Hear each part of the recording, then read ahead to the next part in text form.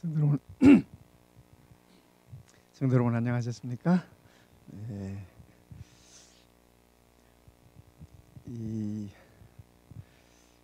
저보고 얼굴이 검다 그러시는데 검은 거 아닙니다. 이게 살색입니다. 하나님의 은혜가 우리 모든 성도님들에게 풍성하게 임하시길 바랍니다. 저도 캠프장에서 이 땡볕에 이렇게 좀 노출하니까 이렇게 건강한 색깔로 이렇게 변해가고 있습니다. 참 감사합니다. 네. 어떤 분이 그러세요. 슬픔은 남에게 찾아가면 참 이렇게 낯익은 건데 내게 찾아오면 굉장히 낯설은 거래요. 네. 우리가 함께 이렇게 늘 가까이 계시던 우리 집사님도 이렇게 주 안에서 잠드신 모습을 보면서 아쉽고 그렇지만 또 그분이 이렇게 보여주신 그런 모습이 참 아름다워요. 참 우리 성도님들이 주 안에서 잠드신 모습을 이렇게 지켜보는 것은 참 이렇게 행복한 것 같아요. 지난번에 우리 오영선 집사님도 마찬가지신데 우리 김영자 집사님도 안식일 오후에 지난주에 우리 이상희 장로님 네 분하고 이렇게 같이 우리 선교회장님이랑 같이 이제 그 병실에 갔었는데 이렇게 봉투를 하나 주세요. 봉투를. 그 봉투가 뭐냐면 그분이 그동안 아프셔서 하나님께 이렇게 계산하지 못했던 거, 11금, 교회 헌금 다 챙기셔가지고 이렇게 주시면서 이렇게 제게 건네주세요. 그래서 이제 계산 다 하셨대요. 하나님께 계산 다 하셨다고 그러시고, 그다음에 또 그분이 하시는 말씀이 이렇게 하나님이 시간을 주셔서 감사하대요. 시간을 주셔서 감사하시다는 말씀을 하세요. 그래서 좀 믿음을 갖는다는 것이, 소망을 갖는다는 것이 이런 것이구나 하면서 우리 하나님께 감사를 드렸습니다. 우리 모두가 다 그죠?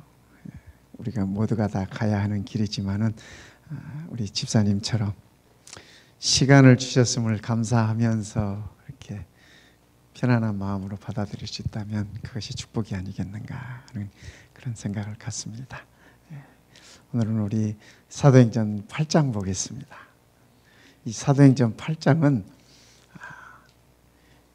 7장에서 스데반이 이제 사라집니다.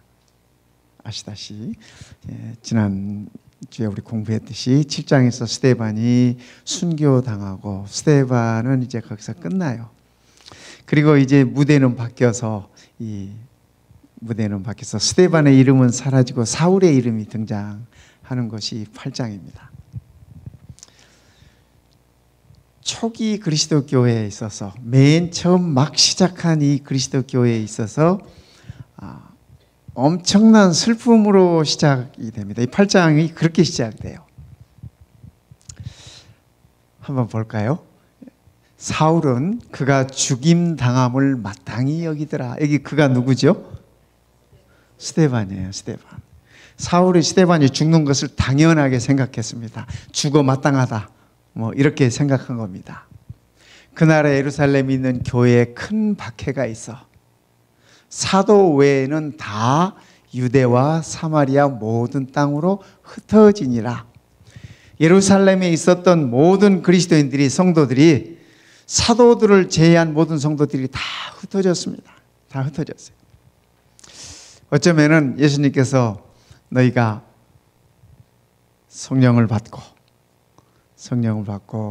예루살렘과 유대와 사마리아 땅끝까지 이르러 내 증인이 되라는 말씀을 우리 주님께서 하셨는데 8장은 성령을 받은 후인가요? 아니면 받기 전인가요?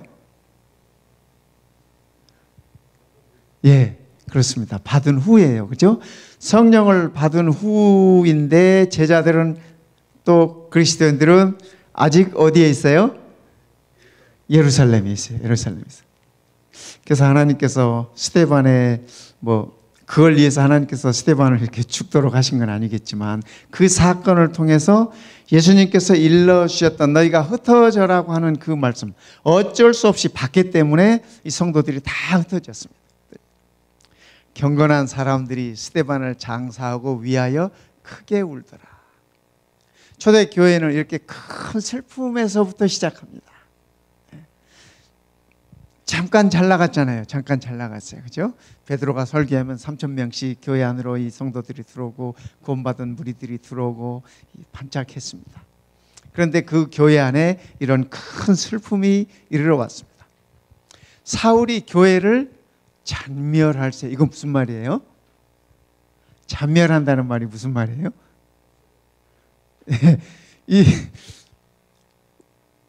우리말에 그런 표현들 있잖아요. 이 씨를 말린다. 그럼 남아있는 거 다 없애버린다는 말이잖아요. 잔멸이라는 말이요. 그죠? 사울이 교회를 잔멸할세. 여기 교회를 잔멸했다고 하는 얘기는 무슨 마운틴뷰 교회를 이렇게 잔멸하고 어디 교회를 잔멸, 이 얘기가 아니라 교회를 이루고 있던 성도들을, 스데반 같은 성도들을 다, 그죠?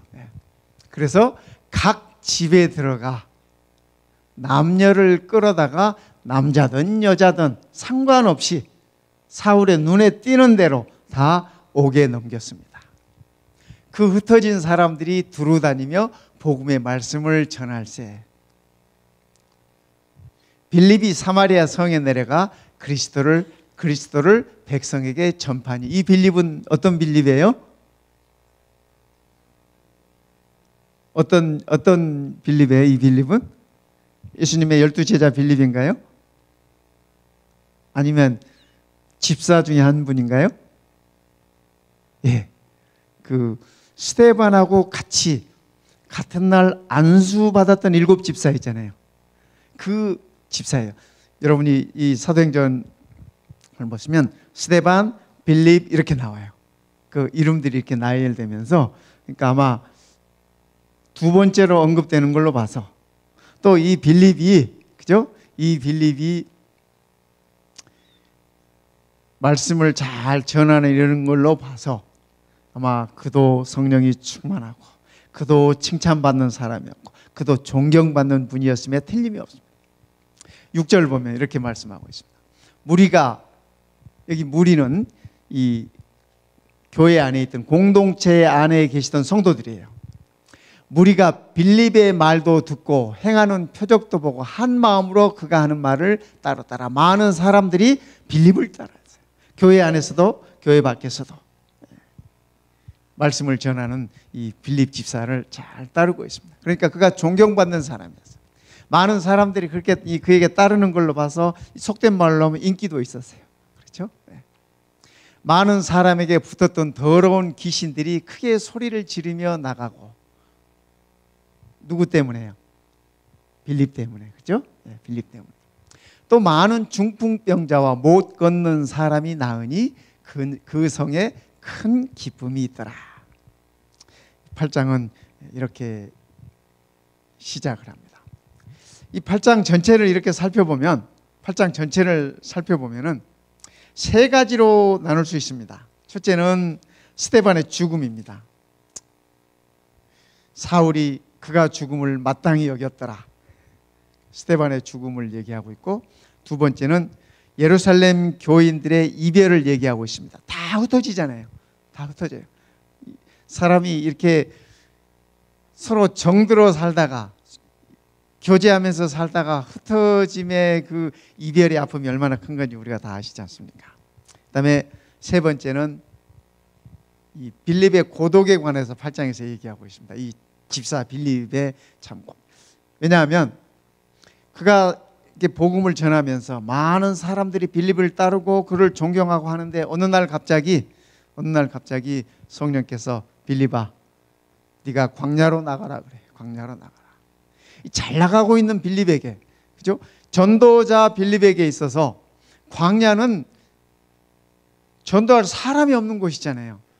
이 전도하는 사람에게 있어서 사람이 없다고 하는 것은 참 그 슬픈 일입니다. 그리고 참 용기 꺾이는 일이에요. 그런데 하나님께서 이 빌립을 광야로 내모르셔요. 왜 그러시는지 우리 나중에 한번 그 이유를 한번 살펴봅시다. 이 스데반이 죽고, 그죠? 7장에서 스데반이 죽고 8장에서 예루살렘 교회의 모습을 얘기하고 9장에 가면 사울이 회심하는 이 기록이 나옵니다. 그래서 스데반이 퇴장하면서 사울이 등장해요. 어떤 면으로 보면 그러기에 스데반의 죽음은 결코 헛된 죽음이 아니었음을 우리는 보는 것입니다. 스데반의 죽음이 사울의 등장을 이렇게 불러올 수 있는 그런 계기가 됐기 때문에 그렇습니다. 7장에 기록되어 있는 이 스데반의 죽음의 모습을 보면은 그의 그 죽음의 순간의 모습들은 성경은 이렇게 적고 있지 않습니까? 이 성도다운 사랑을 표현하고 있고, 용서하는 자의 아름다운 모습으로 표현하고 있고, 공의 앞에서 천사의 얼굴로 드러난 이 스데반의 모습으로 그렇게 얘기하고 있습니다. 그래서 스데반의 모습은, 그의 죽음의 모습은 많은 교훈과 많은 가르침과 그리고 평생 이 그리스도인들에게 잊지 못할 그런 이 모습으로 이렇게 각인되어 있는 것을 우리는 보는 것입니다. 두 번째, 예루살렘 교회 교인들이 그 박해 때문에, 핍박 때문에 흩어져야만 하는 그런 이별의 상처가 있습니다. 어쩌면 그리스도인들에게 있어서는 서로 함께 모이고 교제하고 서로 함께 기도하고 함께 찬양하고 하는 이 기쁨이 큰 기쁨 아닙니까?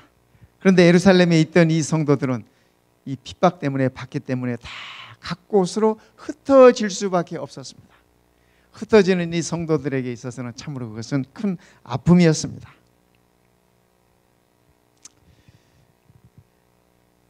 그런데 제자들은 흩어졌어요? 안 흩어졌어요?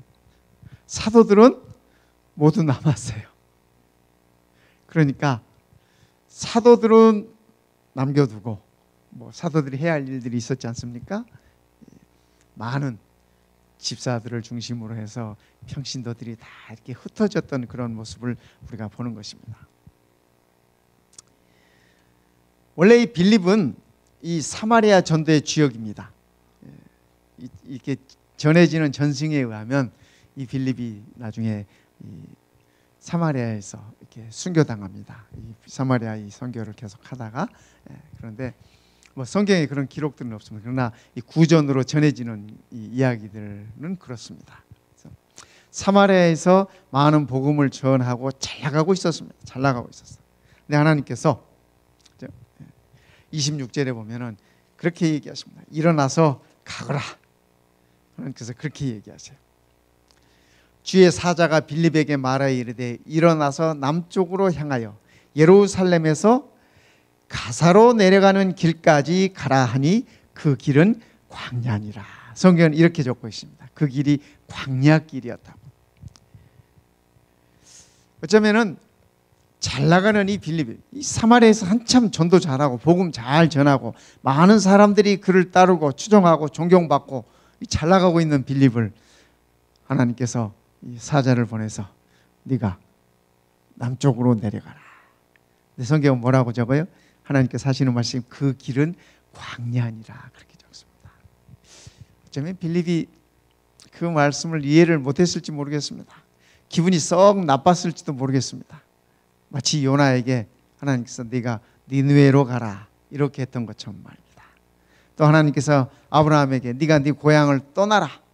떠나서 내가 알려주는 곳으로 가라. 우리 모든 믿음의 선조들이 하나님의 말씀을 접할 때 그들은 다 그것이 도전이었습니다. 그리고 그들의 삶의 터전이 흔들리는 그런 경험이었습니다. 어디로 가야 할지 갈 곳도 모르고 왜 광야로 가야 하는지 하나님은 아무런 설명을 하지 않으셨어요. 그저 빌립에게 네가 광야로 나가라고 그렇게 말씀하셨던 것뿐입니다. 우리 믿음의 선조들이 다 그랬습니다. 다 그랬습니다. 어쩌면 빌립은 그게 잘 나가는 것을 하나님께서 좌천시킨다라고 생각했을지도 모르겠습니다. 전도하는 사람이 광야로 내보냄을 받는다고 하는 것은 어쩌면 물을 잃은 물고기가 아니겠는가, 그런 생각도 드려집니다. 그러나 아시다시피 이 빌립이 광야로 가는 길에 누구를 만나요? 예, 여러분 잘 아시잖아요. 에디오피아 왕의, 요즘 말로 하면 이 재무장관이에요. 재무장관. 국고를 담당하는 자를 만납니다. 근데 그가 성경을 읽고 있었어요. 아마 그가 탄 병거도 좋은 병거였겠죠. 이디오피아의 재무장관이 타는 병거면 뭐 좋았지 않겠습니까? 요즘 같으면 뭐 모르겠어요. 무슨 좋은 차, 뭐 그렇게 표현할 수 있죠. 그가 이 성경을 보는데 그 성경 말씀이 무엇인지 이해하지 못해. 빌립이 함께 그 말씀을 쭉 설명을 해주고, 그렇죠? 메시아에 관해서, 구약 성경이 이루고 있는 메시아에 관해서 쭉 설명을. 그 재무장관이 침례를 받겠다고, 그죠? 여기 물이 있으니 내가 침례 받는데 주저하겠느냐, 침례를 달라. 그래서 빌립과 그 재무장관이 함께 강으로 내려가서 침례를 베푸고, 이디오피아의 선교가 이렇게 시작됩니다. 이디오피아의 선교가 이렇게 시작됩니다. 지금 이디오피아의 기독교가 강한가요? 그렇죠. 예, 이디오피아의 선교가 강해요. 제가 한번요, 가이사라 지방에 이렇게 간 적이 있어요.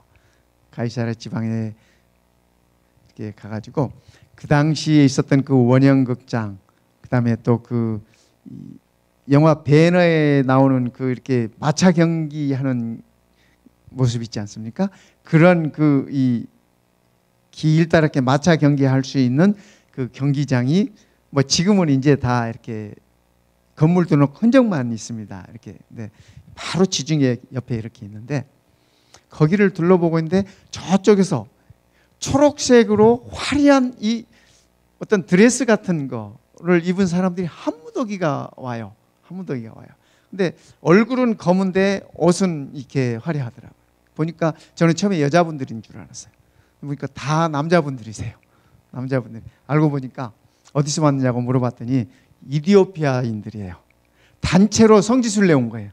단체로. 한 60여 명이 이렇게 모여서. 그래서 이 단체로 성지순례 다닐 정도면 기독교가 강한 거 아니겠습니까? 네, 이 성지순례 가보면 우리 한국 분들이 참 많이 다녀요. 그래서 이 예배소 같은 데 가면 이렇게 안내 표지판도 한글로 적혀 있어요. 이 누가의 무덤 같은데 마리아 이 예수님의 어머니 마리아 무덤 가면 이렇게 안내 표지판도 한글로 적혀 있어요. 한글로. 물론 뭐 거기 스페니쉬도 있고 영어도 있고 뭐 이렇게 히브리 말도 있고 하지만 한글이 있어요. 그러니까 우리 한국 기독교인들이 그만큼 많다는 얘기 아니겠습니까? 그래서 빌립이 광야로 감으로 인해서 그때 그 이디오피아 왕의 이 국고 맡은 자를 만남으로 인해서 아프리카의 선교가 시작. 하나님께서 빌립을 광야로 내모실 때 그분의 섭리가 있었던 것을 우리는 여기서 보는 것입니다. 이 초대교인들이 이런 상황에서, 어려운 상황에서 어떻게 승리하면서 살 수 있었을까?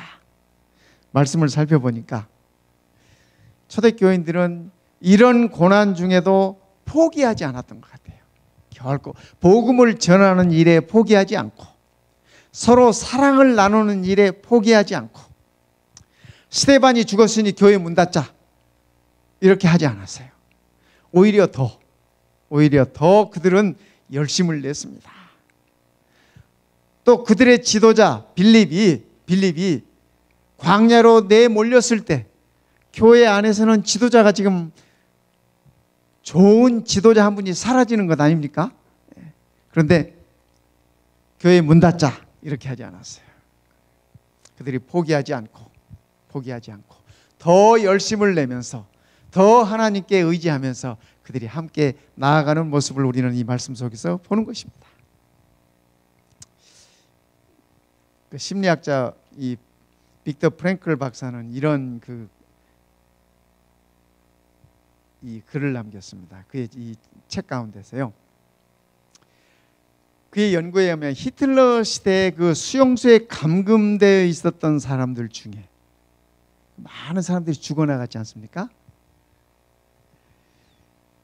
그 수용소에서 이 죽어가는 자들의 순서가 그들의 고문의 정도나 건강 상태나 그런 이 순서로 이 죽어나가는 것이 아니라 생을 포기한 순서대로 죽어나가더라. 관찰해 보니까 그렇더라는 거예요. 어쩌면 믿음 생활하는 우리들에게 있어서도, 그죠? 믿음 생활함에 있어서 어려움이 참 많이 있지 않습니까? 우리 예수님은 단 한 번도 믿음 생활함에 있어서, 신앙 생활함에 있어서 그 삶이 평탄하고, 그죠? 즐겁기만 하리라고 한 가르침을 단 한 번도 주신 적이 없어요.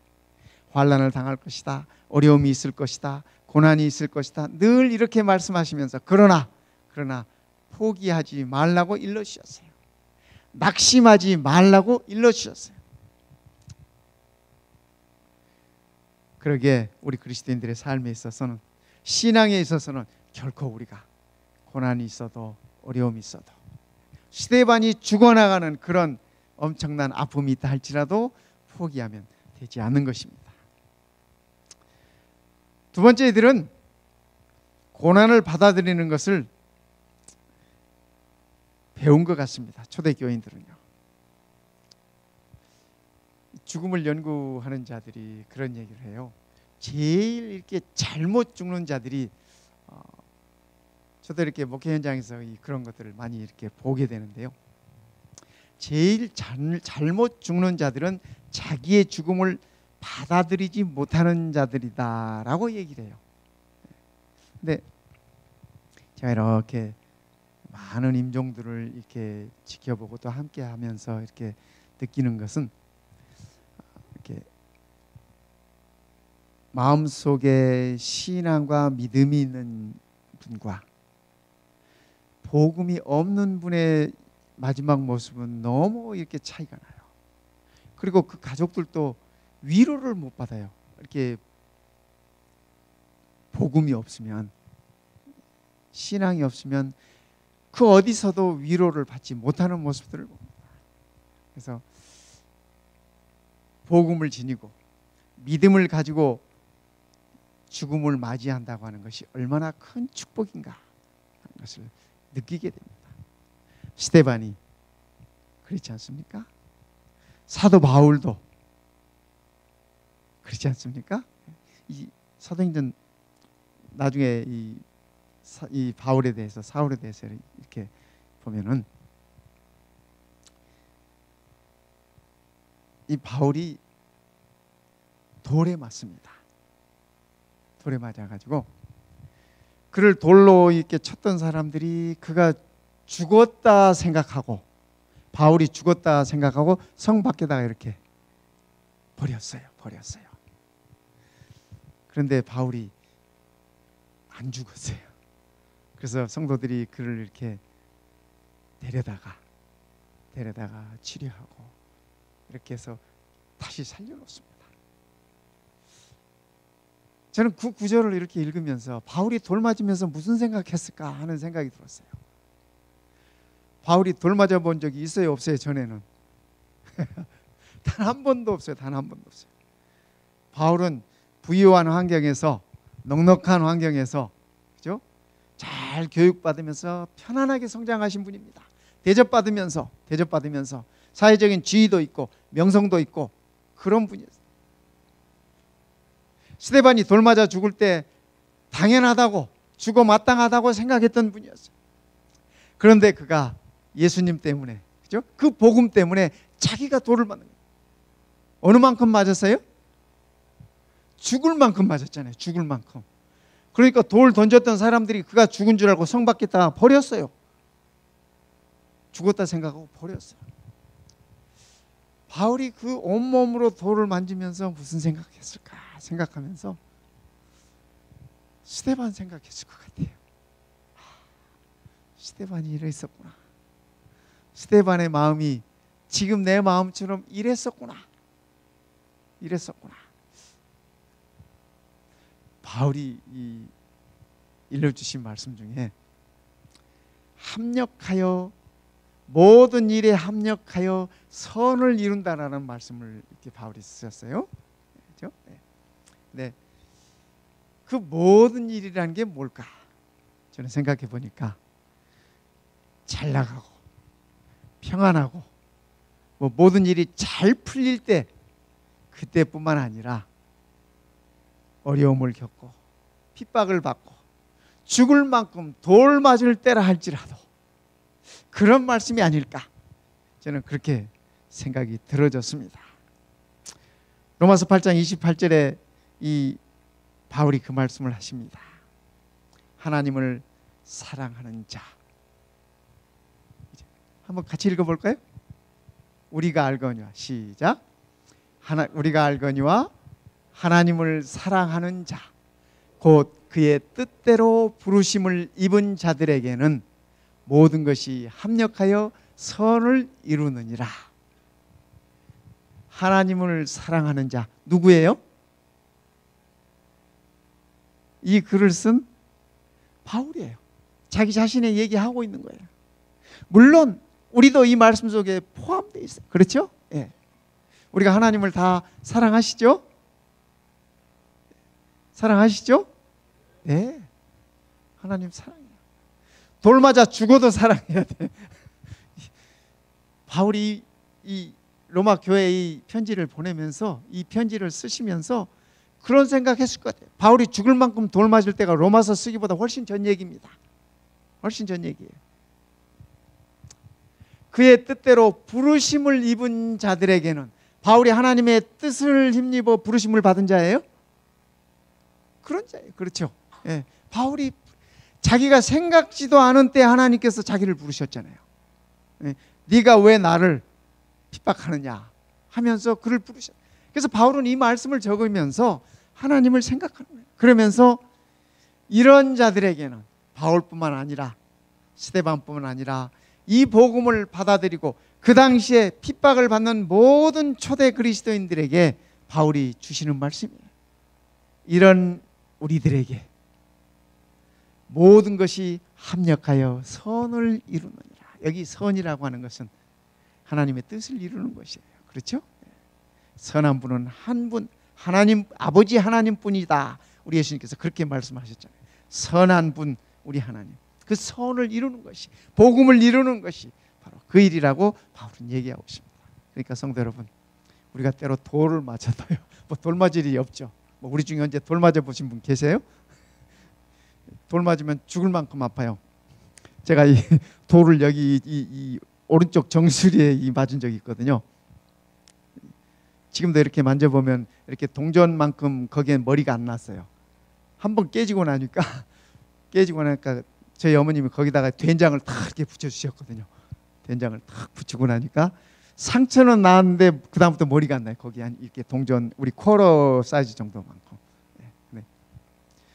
저는 그때 죽는 줄 알았어요. 제가 어렸을 때 그 돌 한 방 맞고. 그런데 그죠? 우리가 하나님을 사랑하면서 그분의 뜻대로 부르심을 받은 성도들이잖아요. 교회라는 말이 다 이렇게 부르심을 받은 자들이라는 말이에요. 우리가 모든 일에 합력하여, 우리가 잘 나갈 때도 편할 때도 안 나갈 때도 어려울 때도 어떤 상황이든지 다 합력하여 선을, 하나님의 선을 이룰 수 있다고 하는 것이 얼마나 큰 복음인지 알 수가 없습니다. 참으로 이 말씀이 우리들에게 기쁨을 줍니다. 사도행전 14장 22절에 이 바울이 이렇게 얘기합니다. 이 믿음에 거하라 권하고 또 우리가 하나님 나라에 들어가려면 많은 환난을 겪어야 할 것이라 하고, 이 지금 바울이 하시는 말씀이에요. 교회에 있는 자들의 마음을 굳게 하여 그 믿음에 머물러 있으라 권하면서 하나님 나라에 들어가면 많은 환난을 겪어야 할 것이다. 이 바울이 떠나면서 남겨주신 그런 말씀이셨어요.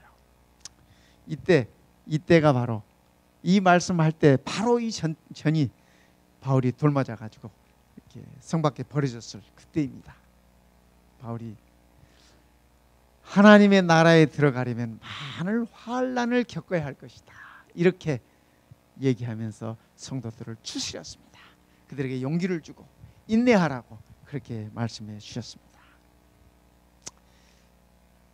오늘 우리의 삶 속에서도 어떠한 형태의 환난이 있다 할지라도 우리가 성령의 도우심을 받아 견딜 수 있는 힘을 달라고 우리가 그렇게 기도할 수 있으면 좋겠습니다. 뿐만 아니라 이 사도행전 8장에 나오는 이들은 고난 속에서 그들의 할 일을 찾았습니다. 모든 성도들이 사마리아로 다 흩어져 가지고 복음을, 빌립도 사마리아에 가서 복음을 그들이 박해를 피해서 다 흩어졌지만 거기서 그들이 할 일을 찾아서 예수님께서 분부하신 그 말씀을 소명으로 알고 그들이 이렇게 살았던 모습을 우리는 말씀 속에서 찾아볼 수 있습니다. 어떤 분이 그렇게 말씀하셨습니다.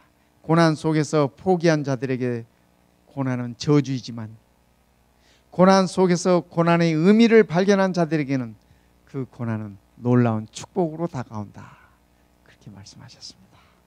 우리 모두에게 다 고난이 있어요. 그러나 그 고난 속에서 우리가 의미를 찾을 수 있다면 그 고난은 우리에게 축복으로, 놀라운 축복으로 다가온다는 말씀입니다.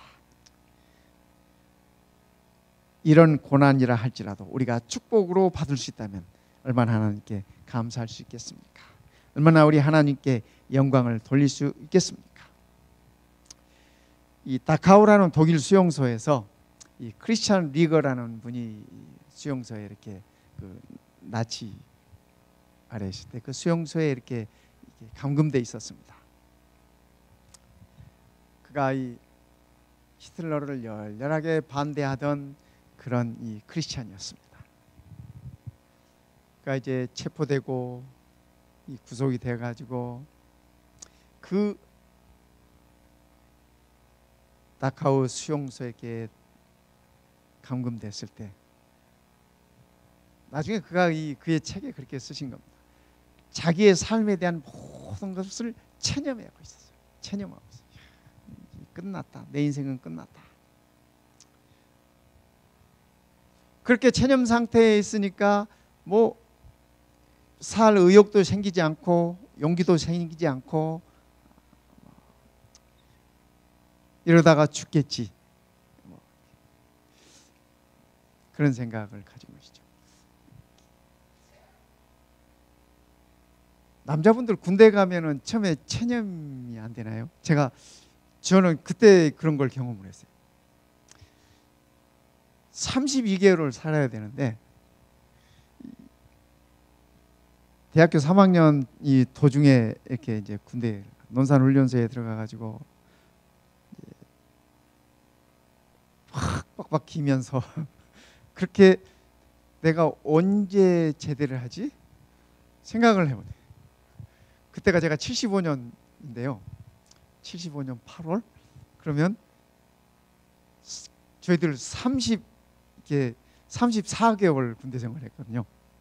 계산을 해보니까 75년이니까 76년, 77년, 78년, 5월이나 돼야 이렇게 제대할 것 같아요. 계산을 하니까 그래요. 까마득하고 제 인생에서 그날은 다시는 안 올 것 같아요. 진짜로요, 진짜로요. 그래서 제가 그때 포기하고 군대 생활 열심히 해야 되겠다 생각을 했어요.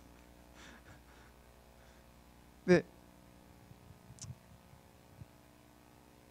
군대가 아니라, 그죠? 군대가 아니라 나치 수용소에 들어가 있는 이분에게 있어서, 그렇죠? 이름도 크리스찬이야. 그분의 폴스트 네임이 크리스찬 리가. 이분이 나치 수용소에 들어갔을 때 여기는 제대도 없는 곳이잖아요, 그죠? 언제 죽을지도 모르잖아요. 그런 상황에서 다 체념하고 있었어요. 근데 하루는 그의 아내가 편지를 이렇게 수용소에 이렇게 보내왔어요. 그 편지에 이 들어있는 말씀이 이 사도행전에 있는 말씀입니다. 사도행전 4장 29절에 있는 말씀을 이 아내가 이렇게 그의 손글씨로 이렇게 써가지고 보냈어요. 한번 읽어볼까요? 4장 29절 주여 시작. 주여 이제도 그들의 위협함을 굽어보시옵고 또 종들로 하여금 담대히 하나님의 말씀을 전하게 하여 주시오며. 이 말씀을 그의 아내가 이렇게 적어가지고 이 수용소에 넣어줬습니다.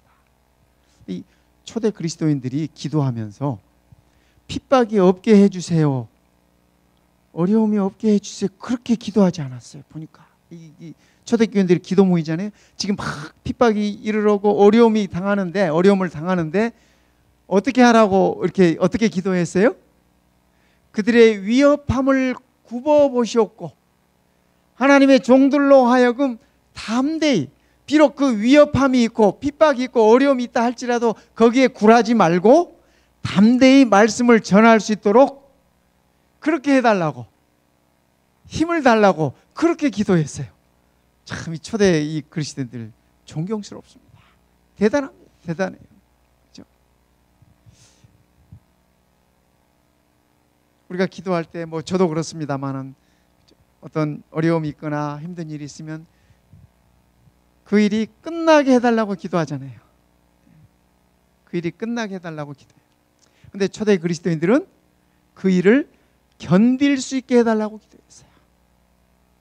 그래서 언제부터인가 저도 그래서 제 기도말을 바꿨습니다. 하나님 견딜 수 있는 힘을 달라고 이분들에게 배웠어요. 그 아내가 이 말씀을 적어가지고 집어넣었어요. 그런데 그 말씀을 별로 대수롭지 않게 생각했어요. 이 리거라는 분이. 근데 어느 날 수용소에 이제 이 밥을 먹기 위해서 식당에 이제 왔다 갔다 하는데 한 누군지도 모르는 분이 성냥갑을 이렇게 하나 턱 주면서 지나가는 거예요. 별 사람 다 있네. 그러고서 성냥갑을 이렇게 손에 쥐어주는 이 성냥갑을 받아가지고 방에 와서 펴봤어요. 성냥갑 이렇게 열어가지고. 그랬더니 아내가 적은 똑같은 성경절을 거기죠. 이 사도행전 4장 29절의 이 말씀을 그 성냥갑 안에다가 이 종이 쪽지를 넣어서 거의 말씀을 적어놓은 거예요.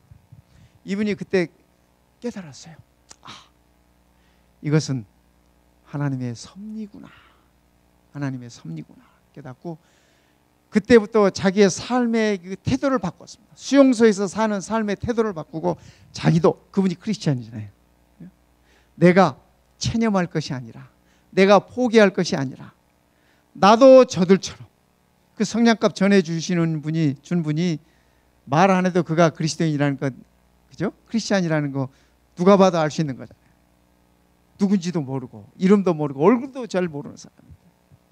그때부터 이분이 용기를 내기 시작했습니다. 체념하지 않았습니다. 그래서 나도 내가 알고 있는 이 복음을 이 수용소 안에서라도 나눠야 되겠다. 이분이 그렇게 생각하고 그때부터 그렇게 하기 시작했습니다. 2차 대전이 끝나고 이분들이 자유를 찾게 됐을 때 이 수용소 안에 여러 수용소들이 있었지 않습니까? 독일 안에 여러 수용소들이 있었는데 이 다카우 수용소 안에 제일 많은 그리스도인들이 있게 됐답니다. 이런 분들이 성냥갑을 전해주는 이런 분들, 또 이 크리스찬 리거 같은 이런 분들이 체념하지 않고 다시 용기를 얻고, 그죠? 이런 분들이 있었기에 그 수용소 안에 가장 많은 크리스찬들이 있게 됐다고 그래요. 성도 여러분, 우리도 우리의 초심을 우리가 추스릴 수 있으면 좋겠습니다.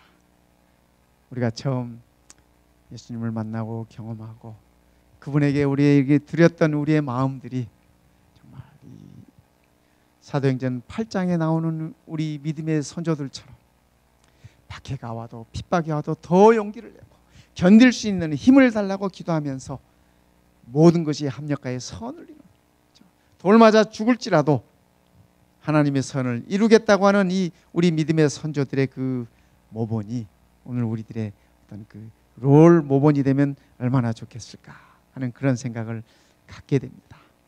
성도 여러분, 그래서 이 사도행전 8장은 슬픔의 장이고 고난의 장이고 외로움의 장입니다. 그러나 하나님의 복음이 확산되는, 하나님의 왕국의 지경이 넓혀지는 그런 아름다운 장입니다. 사울이 등장하기 전에 사울이 등장할 수 있는 여건들이 마련되어 있는 것이 사도행전 8장이었다고 저는 그렇게 생각합니다. 오늘 우리들에게 있어서도 이 사도행전의 8장의 축복이 우리 모두에게 참으로 아름다운 축복으로 임하여 오면 좋겠습니다. 우리에게 어려움이 있다 할지라도, 슬픔이 있다 할지라도, 가장 사랑하는 자들과 헤어져야 하는 슬픔이 있다 할지라도, 죽음 같은 고난이 온다 할지라도, 또 하나님께서 우리를 내몰아서 어쩌면 광야로 나를 내몬다 할지라도 그 안에 하나님의 복음을 향한 섭리가 계심을 우리가 깨닫고 그 의미를 찾을 수 있다면 우리는 참으로 행복한 사람일 것입니다. 그래서 우리에게 땅끝은 어디겠는가? 그렇죠? 네. 우리에게 땅끝은 어디겠는가? 저는 그렇게 생각합니다. 우리가 발붙이고 사는 이곳이 나의 땅끝이다, 그렇게 생각합니다. 많은 우리 재림 성도들이 해외에는 신경을 많이 써요.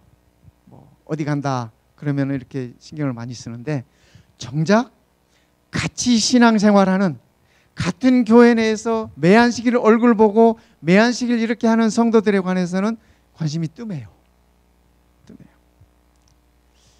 저는 그래서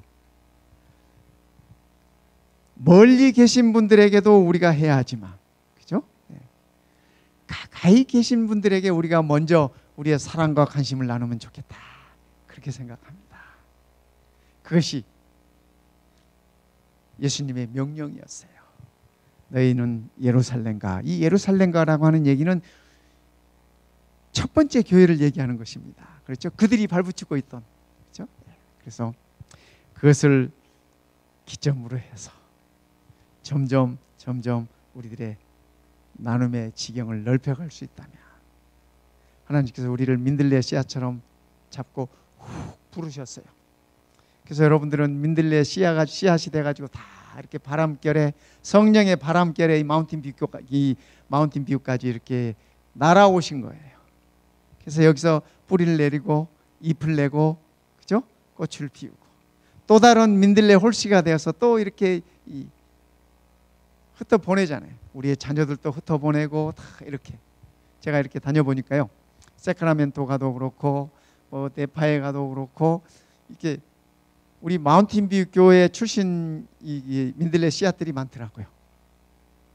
다 이렇게 성령의 바람으로 이렇게 날려가신 거예요. 그래서 우리는, 그죠? 나의 땅끝은 내가 있는 곳이라고 저는 그렇게 생각해요. 우리 모두가 다 내가 있는 곳을 땅끝으로 생각하고 우리가 그렇게 산다면 우리 주님의 복음은 속히 맞춰지리라고 그렇게 생각하는 것입니다.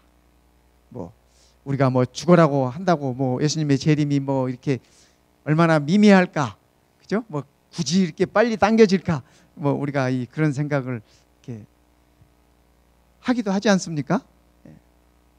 물론 우리 Y 선지자의 이 표현법이 그래요. 그러나 중요한 것은 신약 성경에 나와 있는 우리 모든 제자들과 모든 우리 믿음의 선조들도 보면 자기들의 삶이 가장 마지막 때라 생각하고 살았어요. 그리고 자기들 때 예수님 볼 것이라 생각하고 살았어요. 그렇지 않은다 할지라도 세상은 하나님의 시간표대로 갈 것입니다. 갈 것이에요. 그렇죠? 우리가 성경을 살펴봐도 아직 우리에게 이르러진 예언들이 있는 것을 우리가 다 아시지 않습니까? 그렇죠?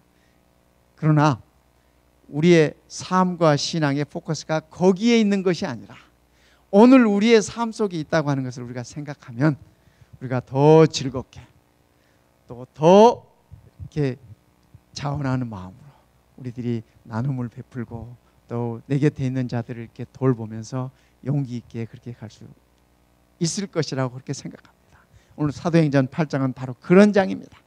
그래서 우리가 이 8장을 통해서 배운 이것들을 끝까지 놓치지 말고 우리의 삶과 믿음에 활용하고 에너지원으로 삼게 되시기를 이 시간에 간절히 바랍니다. 우리 다 함께 말씀을 생각하면서 540장 찬양하겠습니다. 시온산 향해 가는 성도들아 하는 찬양입니다. 540장입니다. 우리 함께 일어나서 찬양하십시다.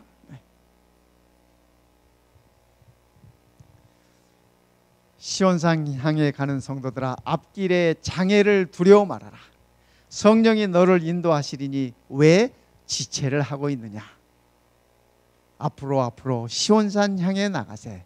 천성문만 바라고 나가세.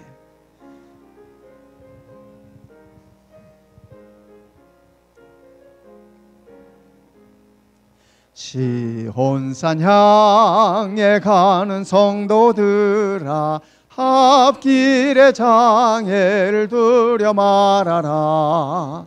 성령이 너를 인도하시리니 왜 지체를 하고 있느냐. 앞으로 시온산 향해 나가세. 전성문만 바라고 나가세. 주의 전사 내 길을 인도하러 문 앞에 벌써 나와 있네. 너 가는 길을 누가 비웃거든 확실한 증거를 일러주어라. 성령이 친히 감화하심으로 저들도 잠길을 찾으리. 앞으로 시온산 향해 나가세. 전성문만 바라고 나가세. 주의 전사 내 길을 인도하러 문 앞에 벌써 나와 있네. 너 가는 길을 너도 가기 전에 내 손에 든 검을 꽂지 말아라. 저마기 흉계 모두 깨뜨리고 끝까지 잘 싸워 이기라. 앞으로 시온산 향해 나가세. 전성문만 바라고 나가세. 주의 전사 내 길을 인도하러 문 앞에 벌써 나와 있네. 아멘. 우리 아버지, 우리의 길이 아직 끝나지 않았음을 인하여 감사합니다. 주님과 함께 동행하며 나아갈 길이 아직 남아있음을 인하여 참으로 감사드립니다.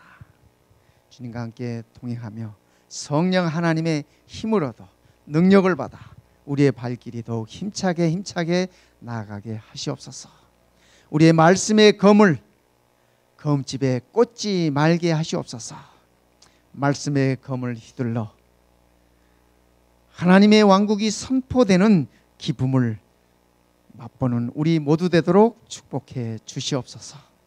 약속하신 시온상을 향하여 우리의 최선을 다하고 우리의 충성을 다하고 온 성도들과 함께 그 산에 이룰 수 있도록 우리를 인도하여 주시옵소서. 초대교회를 이끌어 주셨던 동일한 성령 하나님, 우리 사랑하는 마운틴뷰 교회를 인도하여 주시옵소서. 주님 오시는 날까지 우리가 충성을 다하게 하시고 합력하여 모든 일에 선을 이루는 주의 자녀들 되도록 축복하여 주시옵소서. 주님 예수님의 이름으로 간절히 기도드리옵나이다. 아멘.